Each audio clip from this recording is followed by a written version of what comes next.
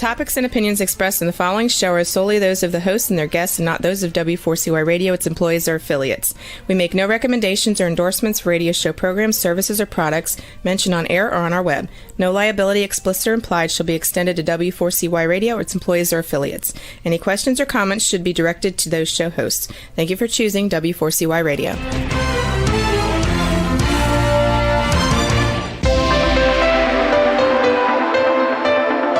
Churchill said, "Those who fail to learn from history are condemned to repeat it." Kevin Hallinan believes that certainly applies to business. Welcome to Winning Business Radio, here at W4CY Radio. That's W4CY.com. And now, your host, Kevin Hallinan.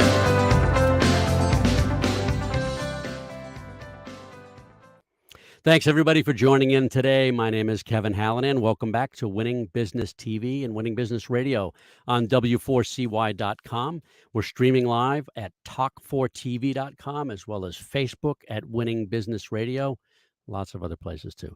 The mission of this show, as regular listeners and viewers know, is to offer insights and advice to help people avoid the mistakes of others, right? To learn best practices. You hear this every week, the how-tos, the what-tos, the what-not-tos, to be challenged and hopefully, and I believe, to be inspired by the successes of others. But, you know, virtually every successful person I've ever had a chance to talk to has had some form of failure in their lives and careers. I know I have. So listen, while we all have to get our knees skinned once in a while, I'm driven to keep those scrapes from needing major surgery. Let's endeavor to learn from history so we don't repeat it. Today, my guest is Bob Furlong, financial advisor with Park Avenue Securities and the Bulfinch Group. Some of you may remember Bob since he was on the show back in December of 2018. That's like, I think we can almost say back in the day. Maybe not. Bob grew up outside of Boston and went to Boston University. From an early age, he worked in the family business, Copley Flair, which was a high-end retail stores. They were high-end retail stores in Boston. He expanded the business to 4 locations and eventually took over from family members and ran it for another 15 years. Exiting the business in 2011, Bob joined the Bulfinch Group and began his wealth management practice and currently works closely with individuals, families, and businesses to help develop and achieve mid- and long-term financial goals. Recognizing the unique needs of each of his clients, Bob approaches planning through a customized process that's designed to meet their specific objectives, tailoring his work within the limitations of today's earnings and resources. Through this process, clients gain a comprehensive understanding of their overall financial picture and can focus on strategies that fit with their goals and future aspirations. Bob also works closely with business owners and entrepreneurs to develop plans with appropriate flexibility and protection. He holds the prestigious Certified Exit Planner designation, that's CEXP, and is a member of an elite and highly sophisticated group of exit planning professionals who have demonstrated the technical knowledge and experience associated with planning for business owners at the highest level. Bob's experience can meet the full planning needs of clients through his primary focus, his primary focus is on asset protection and wealth accumulation strategies. Bob, welcome to Winning Business TV and Radio. Good to see you, Kevin. Appreciate you taking the time to be here. Oh, thanks. Always good to spend time with you. So let's start with family. I know you have two kids, right? I have 3 kids. 3 kids. I shortchanged you. So tell us about your 3 kids, because they're way important. Well, more important than you and me, right? Yeah. So I have 2 daughters and a son, Ariana, Elena, and Liam. Ariana is going to be a junior in college. She's going to a really great college in the Midwest, thanks to our college planner. That's another whole story. But nice. She's been working with autistic children this summer in Minneapolis. Oh, wow. That's so cool. She's an outstanding kid. And my second daughter, Elena, just graduated this past spring. She'll be going to Wheaton College in Norton.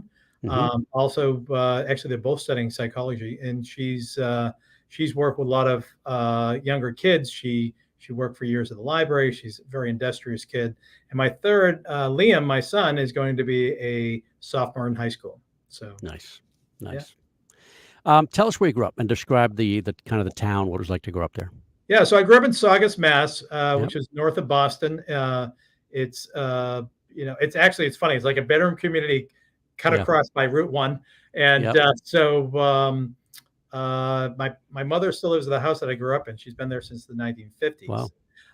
And I told her the other day, you've gotten all of your value out of that house. And And it was great. My dad, my mom and dad were just a great couple. I used to call them like a power couple back before that was a word. People loved my parents. They were fun to hang out with, very active in the community. And my mom was, of the time, she did a lot of charitable work, but she mostly raised us 4 kids until at some point she came into a small inheritance. And turning to my dad to ask him what she should do with the money, he intelligently said, "What would you like to do with the money?" And she said, "I'd love to open a business of my own." She had actually had little side businesses. Yep. And he said, "Okay, well, we didn't have the money yesterday," and he was completely supportive of her. She started a business on a shoestring, was told by a number of different people that it would never last. And Of course not. Yeah, we're in business for 35 years. So it was Copley Flair. We opened in Copley Square in 1976 and expanded that business back in 2000. So actually, in our 35th anniversary, it was time to exit that. And I grew up in the business. So we're going to talk about that. We're going to talk about that. Hold that thought, because I don't want to blow it. No problem. That's a great story. I don't want. I don't want to. Yeah. So, what were your early interests? High school. Yeah, I was young adult. Yeah, it's funny. Like I still love to bike. I bike a lot, and I was saying the other day to friends that I've been very fortunate that I've always loved to bike, and when I think of it, I used to bike without a helmet back in those days, but I do. Everyone did. I used to ski without a helmet all the time. I love skiing with a helmet is actually just warmer. But outdoors and hanging out with. I have 3 older siblings. I'm the youngest of 4 kids, and I'm blessed with great. And my parents were awesome. Like we had like about as normal a childhood as I could ever hope for. Meaning that like intact family, dad home, dad involved, mom involved, and bright people, and my siblings didn't beat on me too much, and so I love science. I was very interested in that. I read a lot and biked a lot and played Little League and kind of it was like pretty kind of like I don't know, kind of what you imagine that America was in the 70s. I grew up in the 70s, so it was like you just kind of you finish breakfast and then didn't come home till dinner, and parents didn't really care where you were as long as you came home intact. And but it was good. And I think the best thing about being a kid was I was just allowed to be a kid. Like I was a great student, but I worked really hard. I left a major portion out. I always had a job. I had a paper route from when I was like 9 years old, and I sold my paper route when I was 15 when I went to work. No kidding. What'd you get for it? It's funny when I look back on it. It was basically sweat equity. The last 6 or 7 months, I basically sold it to the kid for him basically running my business for the last 6 months. So I thought it was a fair trade. I got it for free from my older sister. So, but I built some good brand awareness and equity in that. But it really taught me early about the value of making my own money. Now, most of my friends didn't have a job, and I always had cash, and I could do whatever I wanted. And I saved a lot of it, but I had extra cash. If I wanted to buy candy, I was buying candy. If I wanted to buy a slice of pizza, nobody was telling me I had to wait. So I always liked. When you heard the ice cream man, you didn't have to run home. Everybody else did. I kind of went, I think I'm getting an ice cream. The bomb pop, right? Yeah, right. I like the chocolate eclair, but that's another one. Well, it's about 2 of them. Just to set the record straight, it's about the strawberry eclair, the yes, and the ice cream sandwich. Just to set ice cream the record sandwich straight. is pretty awesome too. So you got a degree in industrial organizational psychology, which is very specific. What led to that? What was your thinking? Yeah, it was kind of interesting because I started out, I thought I was going to be a neuroendocrinologist. So that's a little bit different than one to the other. I love science, and it was funny. I think you got to be careful what you say to kids when they're young. I was always around the top of my class, and people would say, "Oh, so you want to be a doctor then, right?" Because that was kind of like the hallmark of like the tip. Right. And I'd be like, I guess. And you hear it a couple hundred times, and you're like, I guess I need to be a doctor. So, I love science. I still love science. I actually work with a lot of scientists as clients. So it's nice. I can talk to them about that stuff. But it was really, I was always kind of fascinated with commerce. Like I said, I had that job. I went to work with my family, even just like I used to say to employees for years, I had jobs that they wouldn't give a kid nowadays. Yeah. But I That was similar to my dad. yeah. Well, industrial psychology is really, and I have these conversations with my own kids. Business needs people that have compassion.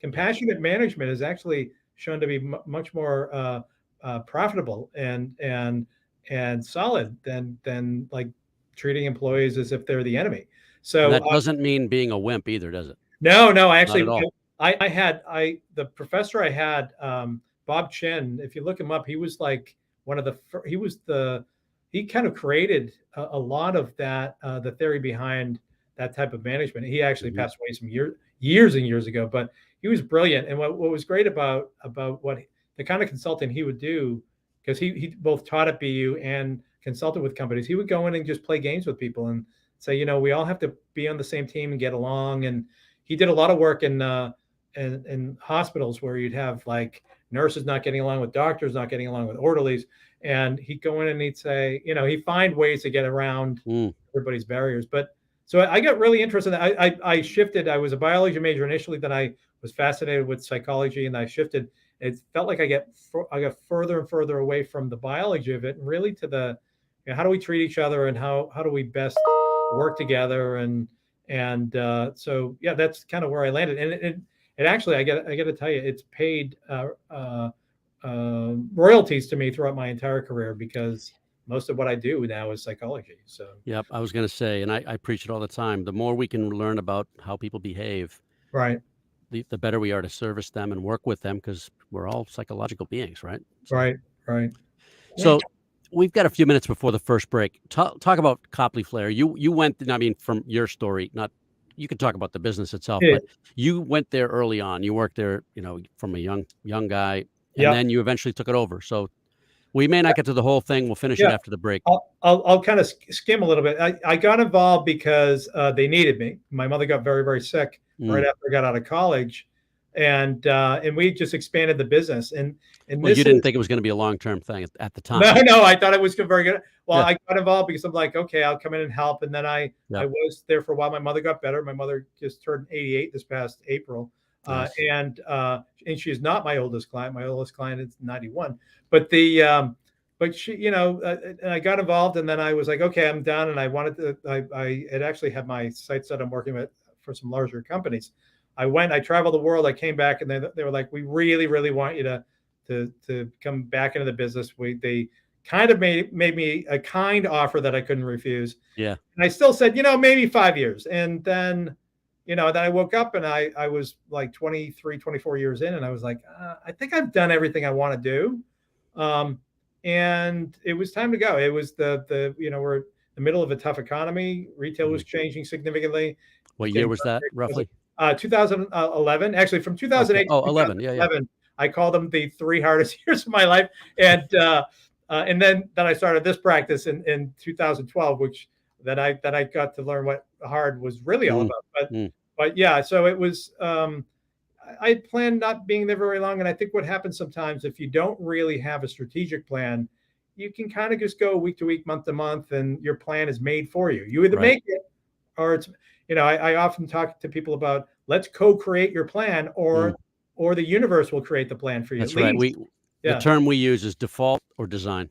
Exactly. At least with me involved, you're only giving up 50% control. If you don't have a plan, you're giving up 100% control of the universe. So so true. Yeah. What were your a couple of the most important or key takeaways from your time at Copley Flair?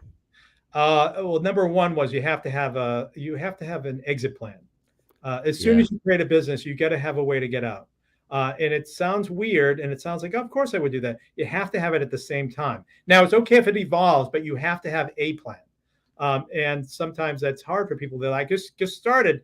You're already planning my exit. Is that disingenuous? No. You got to have. It's kind of like when you go to the movies. You got to know where the exits are, because in case there's an emergency. The second thing is, stuff happens that you will never expect will happen, and you have to have access to cash, and you have to have protection.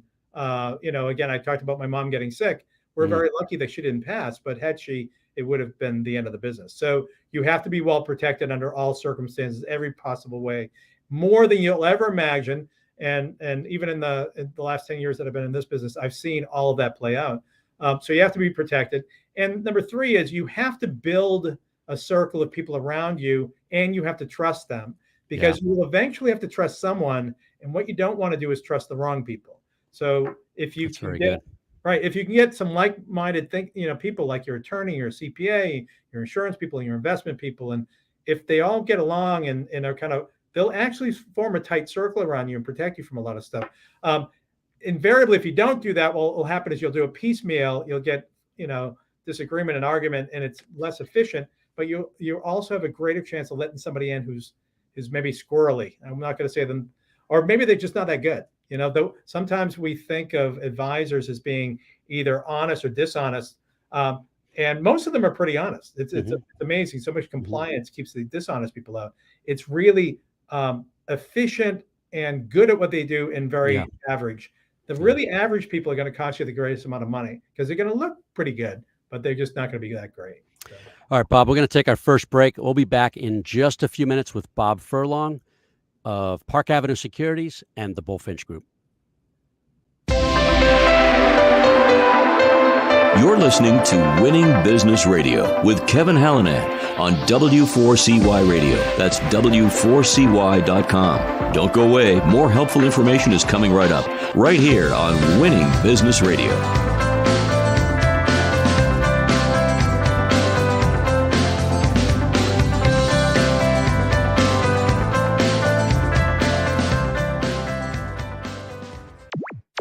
Hey everyone, I'm Jimmy Star, the king of cool and your host of the Jimmy Star Show, the entertainment radio show for all you cool and unique people looking to get a behind-the-scenes peek at what's going on in the entertainment industry.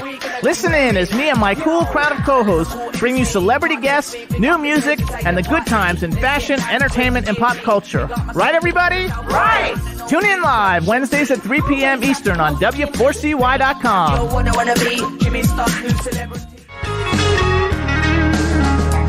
Hey, this is Kenny Wayne Shepherd, and you're listening to W4CY Radio.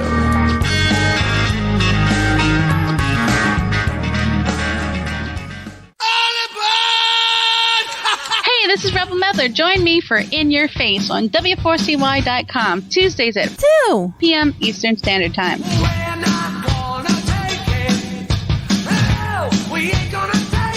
Bestgen Wealth Management is a second-generation, family-owned financial planning and wealth advisory firm.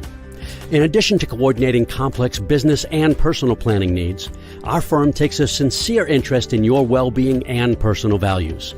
Find us at bestgenwm.com. That's bestgenwm.com, where we consider all our clients an extension of our family. Advisory services offered through Commonwealth Financial Network, a registered investment advisor. And now back to Winning Business Radio with Kevin Hallinan, presenting exciting topics and expert guests with one goal in mind, to help you succeed in business. Here once again is Kevin Hallinan. We are back with Bob Furlong of Park Avenue Securities and the Bulfinch Group.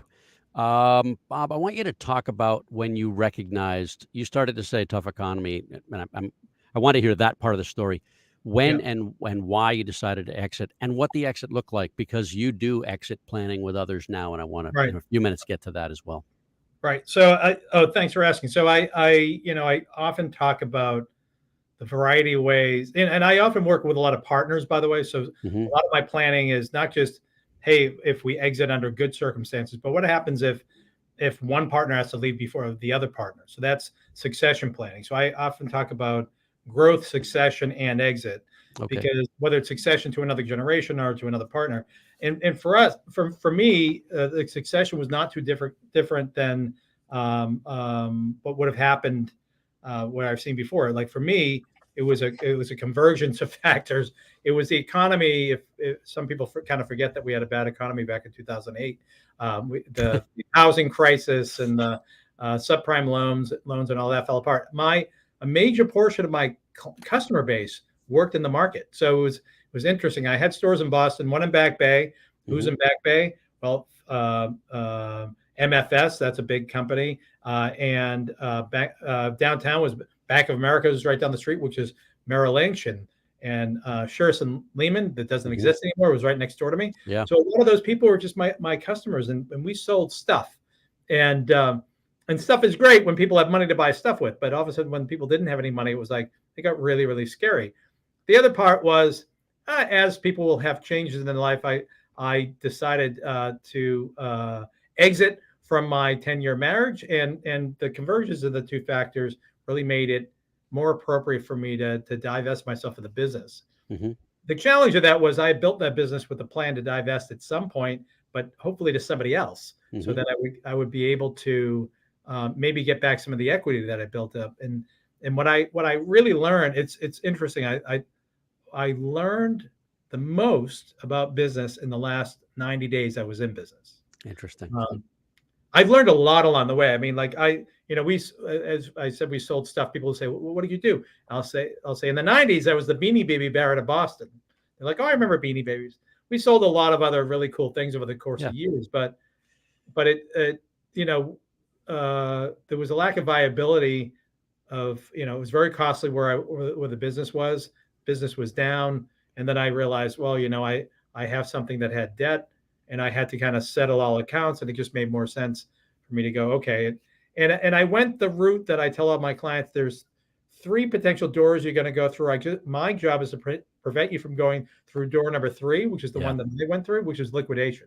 So sell your business to a stranger, sell your business to somebody you know, but do not sell your business to your customers. And people look at me, they're like, how could I do that? That's what liquidation is. You sell your business at pennies on the dollar, to get rid of debt. So, and I look at that, like the learning that I got there was, you think, I met somebody around 2008, I met somebody who had been through one of the most tragic experiences in his life, and he survived it. And I said, how did you survive that? Like, so many people died. And he said, I survived it because that was my only choice. It was like life, and mine was nowhere near as bad as his situation. I still keep in touch with him. But when you're faced with absolute catastrophe, you're like, wow. And you're able to do things that you thought you'd never be able to do. I remember thinking at different points between 2008 and 2011, I think I need to get out of this business. But I'm like, I can't do that. I can't do that. And I ended up doing all of it. And I remember a friend of mine saying, oh, you'll never exit this business without bankruptcy, and I exited like surprisingly well, considering I had to do it in 90 days. So, wow. So the big learning that I got there was, wow, I ran this business really well, but I didn't know how to sell the business. I knew how to sell the stuff. And the second part was, I had people that were really good. I was still the planner. So I was running the business and planning for the future of the business. I realized, fortunately for me, that's impossible. You can't market your business if you're running it, and you can't really plan for the future of your business if you're inside it. So, and that was really the genesis of why I do what I do now, because I was like, well, I could complain about this for the rest of my life about how tragically this ended, or I can take all of that. And I took a lot of the good stuff. I work with business owners, so there's a lot of things I did right for a very long time, and I'm very proud of it. But when I owned what I did wrong is when my business grew by like 1,000%. As soon as I started working with people and telling them, hey, can I share with you a few things that didn't work out or that I wish I had done? That's mostly why people work with me now, because they want to be immunized against a lot of those mistakes. Right. And if you can learn from other people's wealth of both good experience and bad, it's amazing how much better you can do. Absolutely. I'm amen to that. That's all I can say. So you spent some time as, for lack of better words, an outsourced COO. Yeah. So in between, that's what I thought I was going to do, because I'm like, oh, I have all this industrial psychology background. Yeah. And then I realized how high a hill that was going to be. And strangely, it was a friend that kind of saved me from that. While I was doing that work, I'd done commercial lease negotiations. So I was doing some of that work. I was doing, actually, I worked for a very large multi-billion-dollar company, helping them with doing contracts to purchase certain goods that I had sold for years. But what I found with those jobs were that there wasn't a consistency. It's like I saved this company $30 million. And I said, okay, what do we do next? And they're like, oh no, that's all we needed you for. And Yeah. I'm like, well, I can't live off of that. You sign me a big check, but what do I get next month? So, or 6 months from now. So Right. And it was, the strange thing was, I've always been very fortunate to know really great people. I mean, I've for better or for worse, I've lived in Boston my entire life. So my network is very, very deep. My roots are very, very deep. My network's very, very wide. So it was a friend that I had known for years that reached out and said, I think you should be doing this. And I'm like, I don't know. I think it's the market kind of tanked my business. So I'm like, and he goes, no, it's really using all the financial tools, but working with people that are like you. And I said, well, there are people like me. And I actually found out, well, they're actually they didn't all have that bright red hair, but yes. Well, strangely, he and I were in this business group where it was all entrepreneurs. So he said, oh, you should be there's so much that you have to share. And I was like, you know what, can I keep my other gig? Yeah. I said, well, I guess I'll try it. And that was 11 years ago. So I guess it's working out. And I would say, yeah. I'm I love what I do. Every now and then when the megabucks gets really, really high and people are like, what like would just you do now, with your money? Yeah. And I say, I do this job for free. Like I have such a great time. I still need to make a living because I have, at least 3 other mouths to feed. But the work is really, it's really great. And what I love most about it is people have all this stuff spinning around their head. All they need to do is have someone to help them sort everything out. The people I work with are very accomplished people. They just, entrepreneurs in general have started a business because they didn't want to be constrained by too much oversight, but often they've left a little bit of oversight out. It's the great thing about running a business is you can choose the path, but you still need people to help you pave the path. Right. There's no reason you should make it any harder on yourself than you need to. But I say to all my kids, like, if at all possible, start a business. Start any business, do any business. But when you get older, you have a real business. But the value of being an entrepreneur is, like, throughout my entire life, has given me greater flexibility, greater job satisfaction. And it just allows me to do stuff that I couldn't do in a corporate environment. And I often, in between when I was closing down the business and I knew I was going to have to find my next gig, there are people around me that are like, what are you going to do? And I said, well, I think I'll do consulting. They're like, well, you need to talk to this $1 billion retail organization or this multi-million-dollar retail organization. And I'm like, I don't think I want to do that. I don't think I can take good direction. And I'll never forget, there's 2 of them right near me. One is Staples and the other is TJX. And I went to both companies. They didn't know what to make of me. They're like, I don't know, we don't know what to do with entrepreneurs. I'm like, yeah, but I know how to buy stuff and I know how to negotiate. And they saved me the trouble because they didn't hire me. And and then a very good friend of mine had a 400 chain store. And he's like, I think you should come work for me. And I said, okay. And he said, you'd have to move to San Francisco. And I'm like, well, it's a great city, but my kids live here. And he said, oh, I think you should just make, whatever plans. And I said, no, I can't go. And fortunately for me, I didn't take the job because that business is no longer in existence. They really down 3 years ago. So I'm like, wow. I would not, Kevin, one thing, like I want to have. But your kids are only young ones, right?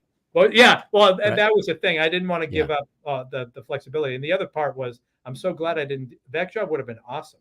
Would have traveled. They had a big arm in the UK. I would travel. They were big in the West Coast, big in New York, and it would have been a lot of great traveling, a lot of great stuff. But it would have been over in 6 years, 7 years, and I'd be starting my whole career over again, which I only want to do one of those. So, so really for me, it was again what was a blessing was the fact that I had made good friendships and had good connections with people. And they've been allowed me to do really the job that I feel like I was probably always meant to do, but I just didn't know how to find this job. Yeah. So I had to create it. So we're going to take our second break right here. Sure. Everybody, we're going to be back in just a couple minutes with Bob Furlong of Park Avenue Securities and the Bulfinch Group.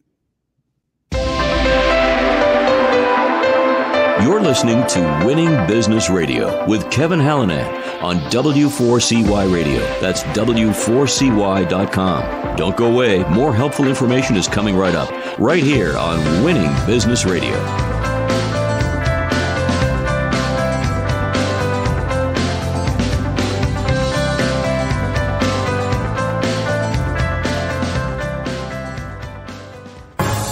Have you ever dreamed of having your own radio show? Well, W4CY Radio makes dreams come true. You can be a radio personality on the #1 ranked internet radio station in West Palm Beach, Florida. We can be heard in 105 countries and all U.S. states. Promote your business, earn up to $10,000 per month and more. It's all up to you. Have fun and be heard. Call 561-506-4031. That's 561-506-4031. Start your radio show now. This is Rebel Mother. Join me for In Your Face on W4CY.com, Tuesdays at 2 p.m. Eastern Standard Time.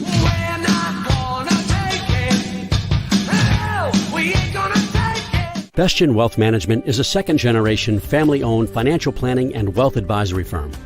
In addition to coordinating complex business and personal planning needs, our firm takes a sincere interest in your well-being and personal values. Find us at bestgenwm.com. That's bestgenwm.com, where we consider all our clients an extension of our family. Advisory services offered through Commonwealth Financial Network, a registered investment advisor. Hey, this is Johnny Three Tears from Hollywood Undead, and you're listening to W4CY Radio. I do whatever it takes to make it break through. Anything I'm face to face with, it's true. And now back to Winning Business Radio with Kevin Hallinan, presenting exciting topics and expert guests with one goal in mind, to help you succeed in business. Here once again is Kevin Hallinan.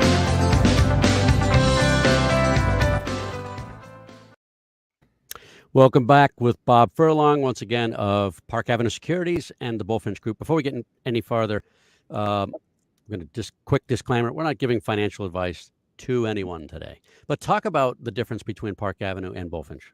Just for the audience's sake. Yeah, it's interesting stuff. So Bulfinch Group is a general agency of Guardian Life Insurance. So Guardian Life Insurance is this 160-year-old life insurance company.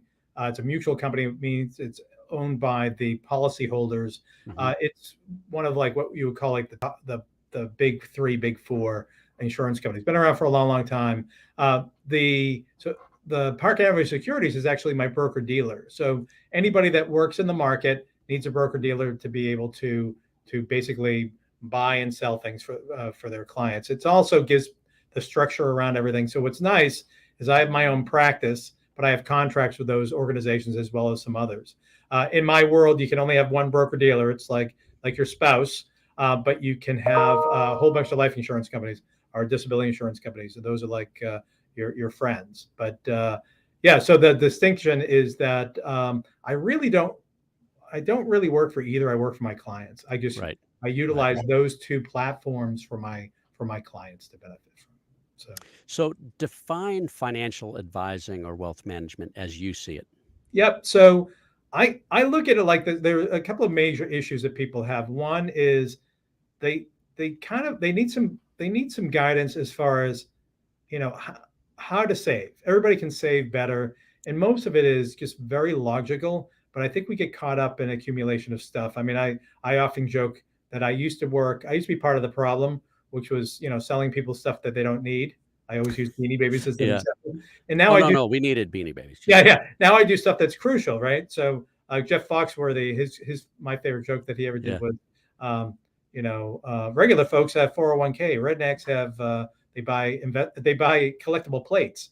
So I use people buy beanies. So but the idea is that people really, there's no financial education and middle school, high school, or college. I know. I've talked about that for a long time. Yeah. Yeah. Even if you're taking finance, they don't educate you on like what to do with your money. So we work really, really, really hard to get our money. We pay our taxes, and then we're like kind of left on our own. And I think what happens is we can be manipulated into thinking, oh, because everybody else is doing this is the right way to do it. And I say it like, I don't like mushrooms. The rest of the world loves mushrooms, but you're not going to get me to eat them. But what I think people do with money is they don't really know what's right for them because they've never been given the opportunity to figure that out. They've always been told this is right for you. And because we're not educated, we feel dumb. So we kind of go, oh, okay, I guess I'm going to have to do what everybody else does. So I'm a guide. I am licensed to work in the market. So I have what's called a Series 7 and 66. Those are things dealing with, I had to take tests and be approved and fingerprinted, and I'm overseen by the SEC and FINRA and all those folks. And on the insurance side, I had to take exams and all that. And then there's this certified exit planning designation, which is another whole thing. So I actually had to, nothing like getting an education in your 40s and 50s. There's stuff that it just kind of honed the axe a little bit, right? So when I think of advisory, it's really a co-creative thing where I want to meet people as equals, even if they don't know a lot of the stuff I know. I want them to know it. I usually ask them, when do you want to know? Do you want to know now, or do you want to know when it's going to be crucial? Like when you're old and you're counting on your money. And most people are like, well, I've never been given the opportunity to know now. Yes, I want to know now. So I work in such a way that I do planning before I even start talking about, hey, buy this thing or buy that thing, because in the end of the day, I'm an advocate for their success. So I work with a lot of builders and people that do a lot of work in real estate. They just tend to be a part of my tribe. There's so many entrepreneurs in that often are overlooked. And there's some of the most fun people that I work with. And I'll say, hey, you would never build a house, let alone a major complex, without architectural plans, without a blueprint. So, the idea of what do you want the outcome to be? Let's work backwards and let's build the blueprint. And then you need financial tools, just like you need lumber and you need nails and everything else. So I find doing it that way, I'm not driving like any one thing over anything else. Everything it's open to consideration, everything. And then there's the historical stuff, what has worked out at what time. But it's really, I like what you said in my introduction is everything I do is custom made, meaning that, if someone is like, hey, risk scares me, I'm not going to make them go into risky stuff. So it's really acting as a servant advisor. I'm here to serve my client, but also I'm not going to just, when there are provocative stuff, I want to translate it for them so that they understand, maybe not all your dollars in X. So a lot of it is just really about, in the end of the day, we all work because we need money for current consumption. But we also have to work because we need money for when we stop working. That's the catch-22. The only reason why people work longer than they need to is because they didn't do enough of part 2. Right.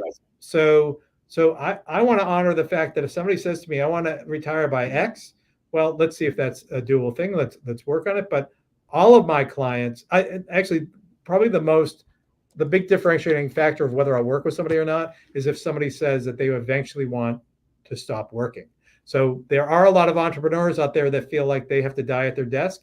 That's called a horizontal exit. We call that.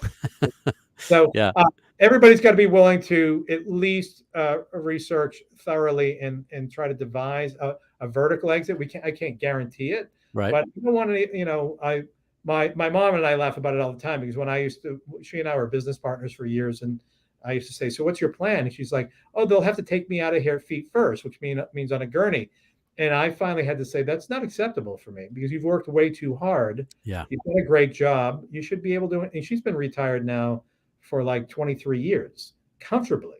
Wow. Because a lot of the work that we did together. So she's still a client of mine in this job. So advisory is really what it said. It's not, it's not telling people what to do. It's asking them a lot of questions about what they want and their values, what's important to them. What's important to them. Some people want to leave money to people. They want to leave it to charity. Some people want to leave it to their kids. I'm not going to tell someone that one is right or one is right or one is wrong. It's what's right for them. And it's right sizing. And a lot of this stuff is things that I wish I had known. So, and I work with people throughout the age spectrum. I'm now working with the children and grandchildren of clients of mine.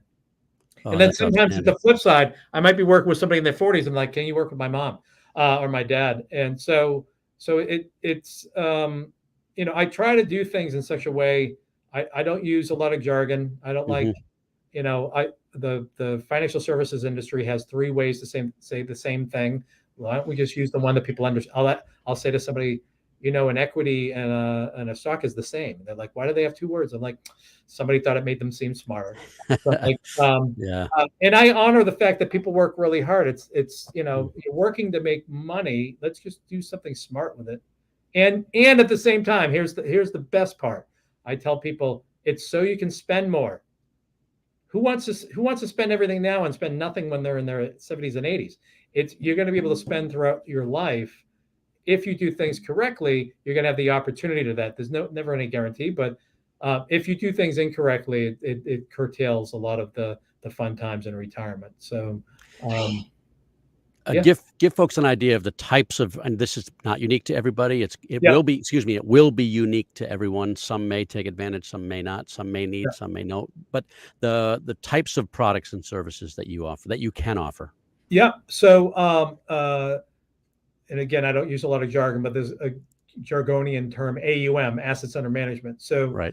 So and it's interesting when I think back when I was investing money, or I was working with somebody to invest my money, I felt like I'm getting charged all over the place. So I manage money for clients, which means that my job is to find a platform that works for them for what they want to accomplish, and I get paid an advisory fee for that. So and what's great about it is I don't have any restrictions. Within my licensing, I don't have like, I only like this investment company or that one. It's really it's funny. It kind of goes back to my old business. It was like, if this one's good, it's good for you. So there's a lot of investment features there. Almost everybody knows what a mutual fund is, but there are things called ETFs, and there are things called SMAs. There's some really kind of cool things you can do depending upon what you want to accomplish. And so I try not to be overly vanilla, but at the same time, I'm not reaching for this stuff that's like so strange that it has no like legs to it. I won't point at any financial products, but there's a few that in the last couple of years, people like, I've made $1 bazillion on, and they just lost a whole lot of money on that too. So on the other side, I marry that with, and again, what's really different about my practice is that it's not just about the money. It's also what happens if things don't happen, things don't turn out. Protection. I often will, I do a very large amount of life insurance, disability insurance, and long-term care. And I'll say to people, I don't do it because it's easy, because I have to convince underwriters to insure my clients. But I do it because it's really important, because when you stop and think about it, it's like, you can't just build a house with no roof. If you can build a house and have great furniture and beautiful, it's painted beautifully, and it's got a great kitchen. But if you get a leaky roof, and people have had this, I've had this, it just destroys everything inside. And so I always use that analogy to be insurance. None of us like insurance. I don't really particularly like my phone, but it's a tool, So, but so I am a specialist in life insurance, disability, and long-term care. I also understand all the other insurances, all the liability stuff, and I refer all that business out. So I know what to recognize when I'm doing a risk research on clients. I'll often say to them, this thing that I don't do, but I know because I look at this stuff so often. Yeah. Who are you working with on that? And they're like, I kind of bought that from the internet. And I'm like, well, let me a big portion of what I do is get other people involved in the team, even doing the things that I'm not licensed to do, to make sure that we're all functioning at a high level. So that might be an estate planning attorney, elder care, elder law. Yeah, I'm a big believer in, if you need to be, you need to be thoroughly protected from under any circumstance. So you need to have an estate plan. People argue whether they need it or not. The fact of the matter, having an estate plan is going to make life better for everybody. And attorneys, I work with a lot of attorneys because I do a lot of business transaction work or formation, and I don't do legal, but I know that, having a good attorney can, when you may never know. It's kind of like the airbag in your car. You don't know till you have the accident and it deploys or it doesn't. So having proper documents done way ahead of time. I do a lot of partnership work where people get into business with each other, and I'm like, I know you love each other now, but we have to do that business prenup. So true. So true. So I do a lot of that. So on the protective side, and And again, there's a lot of the conversations I have are not, I do planning for a flat fee. I do asset management. I do insurance. I obviously make a very nice living on all that stuff. But the other piece of it is I introduce people to people that I've already vetted and make sure that they're not working with anybody that's not going to do an outstanding job. And the other part of it that I love, because I work with so many business owners, I have a pretty high bar. Like, I don't like working with companies that I don't like the product. It sounds kind of weird. Like I have a lot of food companies. I'm like, I just happen to like all the food. Or I have real estate companies. I like what they're building because I want to be able to, I want to see their business grow because again, these are all hardworking people doing a great job. And so it's interesting the way my network works is a lot of the people that I work with end up working with the other people that I work with because I'm the conduit for a lot of that stuff. So take us into exit planning, what that looks like. I mean, everybody should, as you said earlier, when you get into business, you should plan for some type of healthy exit. My word, not yours. But so talk about that process. You are highly skilled. You are highly educated. You're certified. Right. Yeah. So I want to know, like, it's interesting. And again, I got it. I've really focused on this part of my practice because I could make a very nice living just managing money for people, doing insurance for people. But in reality, a business is the only people that own a business are the only people that really actually have to sell something to retire. They have to sell it to somebody. So when you think of, if you're an executive at a mid-sized company, you're going to build up money inside of investment tools or save money in the bank or have money in real estate. And then when it comes a time, you may decide, or the company may decide when it's time for you to retire. And usually, hopefully you sit down. I also do that work, by the way. It's not just, I have plenty of people that I work with that don't own businesses, or I have spouses that, often the great combination is an entrepreneur and a W-2 who are married, because it also shifts risk a little bit, balances risk. So, but if you're working for a company, you decide when it's time to retire. What happens in owning a business, people leave it to somebody else to decide when they're going to retire, which is really, really dangerous. So if you can imagine going back to planning versus default, right? If you don't have a plan, if you don't have a plan, you're kind of waiting for somebody to walk up, knocking your door and say, "Hey, I'd like to buy your business," which is never going to happen, or something situational happens and you need to get out. So and then what's a typical runway for an exit plan? Yeah, so it's really it's going to sound weird, like, because I work with I have a lot of friends who are investment bankers or are brokers. The only difference between those two, by the way, investment banker works on a very large deal, brokers work on smaller deals, but plenty of brokers work on larger deals. But an investment banker is just, if you have a $20-30 million company, you want to get to a larger group of people to buy you. So, but yeah, to do it properly, it's 10 years, which sounds weird because people usually say, well, I want to be out of my business in 5 years, or, hey, 3 years from now, I want to be out. And when I talk to people, that's why I like getting in early and saying, hey, you know what? If through the lifespan of your business, you're able to maybe have the business be buying you out a little bit every year, through some of your income or some of your retirement planning, then you get to a point maybe 5 years before the end where you go, okay, I've covered 50% of what I'm going to need in my retirement. I'm just grabbing that number. It could be less. Right. And then you're like, okay, I'm going to go to the market, and I've done really good work. So I'm not as dependent upon if I sell this business, if I don't sell this business, or if it takes a long time. Ultimately, the challenge is who's going to buy you. Are you going to gift it to your children? Are you going to gift it to employees? Are you going to sell it to employees? Are you going to give them incentives that they can buy it over time? There's a whole bunch of options. I usually talk that when you come to the fork in the road, take it. You can, like Yogi Berra said, you can sell it to somebody and that has some upside and downside. You can sell it to somebody you don't know, that again has both. So and that's a major part of, because there's a lot of people that think, oh, I'm going to build this business and then this, Google is going to buy me. I work a lot in tech, and I'm like, maybe Google buys the company that bought you, bought that company that bought you, So, for the most part, just making that decision, do I want, somebody may have run the business for 30 or 40 years and has employees that they love, and they're like, I'd like to give them the path to ownership. Or, hey, my daughter's in the business, but my son's not in the business. Maybe you want to give her the option. So a lot of the work I do is really kind of narrowing down the road. Let's pick a lane, and maybe we focus on that lane without the exclusion of all others. But it's a lot of it is focus, Kevin. So as you can Bob, imagine.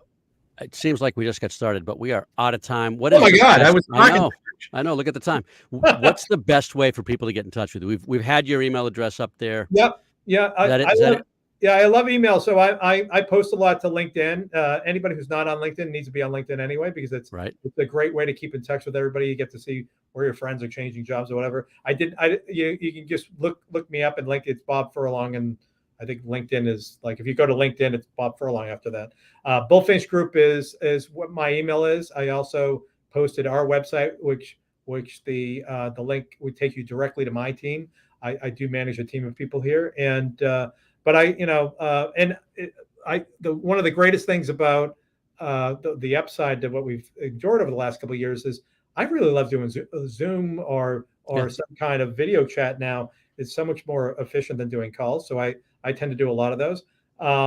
If people have some interest, I don't limit myself for how I love people that have a trajectory. If I'm working with somebody in business, I want somebody that's going somewhere. They don't have to have already landed there. Well, if somebody is, if listening feels like they should reach out, please, by all means, do. Bob's a great guy. He knows what he's doing. Thank you so much for being here. Really appreciate it. Thank you for having me, Kevin. Always fun. I appreciate it, and good luck to everybody out there. I'm very optimistic about business in the next couple of years. It's going to be great. So. I'm with you. And thanks, everybody, for listening and watching. This is a show about business and sometimes business challenges. If you've got concerns about the growth of your company, feel free to reach out to me on Facebook or LinkedIn at Winning Business Radio, or my name, Kevin Hallinan, or drop me a note, kevin@winningbusinessradio.com. Our company is Winning Incorporated, part of Sandler Training. I like to say we develop sales teams into high achievers and sales leaders into true coaches and mentors. We're not right for everybody, but maybe we should have a conversation. Thank you to engineer and producer Juan for another job well done. We'll be at it again next Monday. That's August 8th at 4 p.m. Eastern. Be sure to join us. Until then, this is Kevin Hallinan. You've been listening to Winning Business Radio with your host, Kevin Hallinan. If you missed any part of this episode, the podcast is available on Talk4 Podcasting and iHeartRadio.